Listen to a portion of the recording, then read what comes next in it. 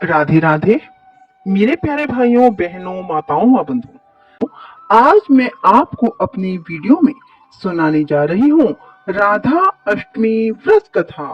बंधुओं, कहा जाता है जो कोई भी कृष्ण जन्माष्टमी का व्रत रखता है परंतु राधा अष्टमी का व्रत नहीं करता, ऐसा करने पर कृष्ण जन्माष्टमी का व्रत भी अधूरा रह जाता है, क्योंकि हिंदू शास्त्र में राधा का नाम हमेशा कृष्ण के साथ ही लिया जाता है।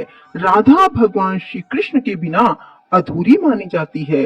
राधा अष्टमी व्रत में भगवान श्री कृष्ण की पूजा करनी बेहद अनिवार्य मानी जाती है। बंधुओं, यदि आप चाहते हैं कि आपको कृष्ण जन्माष्टमी व्रत का पूरा फल मिले तो राधा अष्टमी व्रत भी अवश्य करें।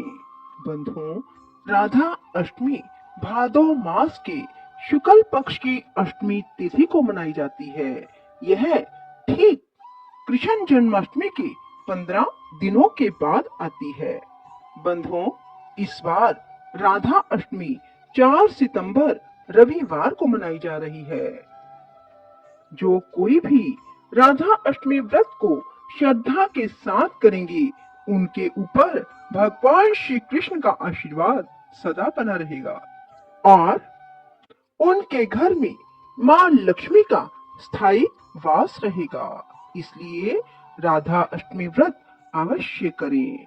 बंधुओं, आप सभी जानते हैं राधा रानी अपने भक्तों की हर इच्छा शीघ्र पूरी कर देती हैं। इसलिए राधा अष्टमी व्रत करने से आपके सभी मनोरथ शीघ्र पूरे होंगे।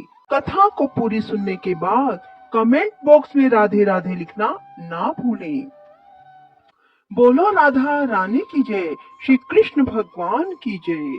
कहा जाता है भाद्रपद मास की शुक्ल पक्ष की अष्टमी तिथि को श्री राधा रानी जी का प्राकट्य हुआ, इसलिए राधा अष्टमी मनाई जाती है। पद्म पुराण के अनुसार राधा जी महाराज वृषभानु की सुपुत्री थी। उनकी माता का नाम कीर्ति था। एक बार जब महाराजा वृषभानु यज्ञ के लिए भूमि की साफ सफाई कर रहे थे, उस समय उनको भूमि पर राधा जी मिली थी। ऐसी कथा भी मिलती है जब भगवान विष्णु ने कृष्ण अवतार में जन्म लिया तो उनकी पत्नी लक्ष्मी जी राधा के रूप में पृथ्वी पर आई।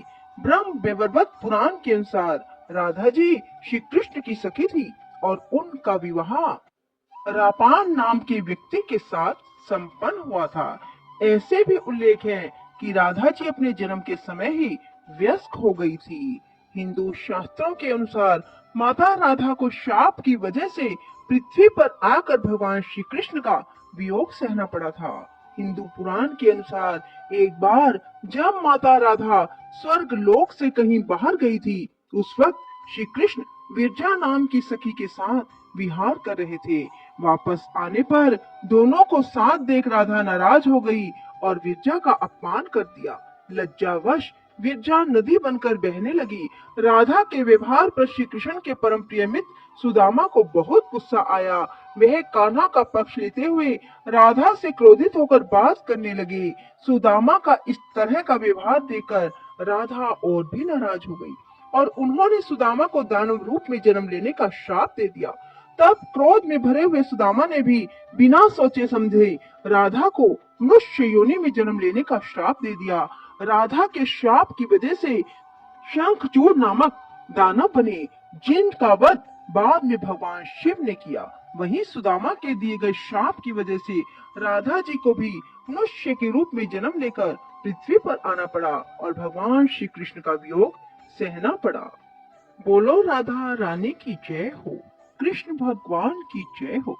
बंधुओं, राधा अष्टमी के दिन प्रातःकाल जल्दी उठे, स्नान आदि से निवृत्त होकर राधा रानी को पंचामृत से स्नान कराएं और सुंदर सुंदर वस्त्र पहनाएं। राधा रानी का श्रृंगार करें और फिर राधा रानी के समक्ष शुद्ध देसी घी का दीपक लगाएं और राधा रानी को पुष्प, फल, मिठाई अर्पित करें। राधा कवच सुने, राधा कृपा कटाक्ष स्तोत्र सुने, राधा जी के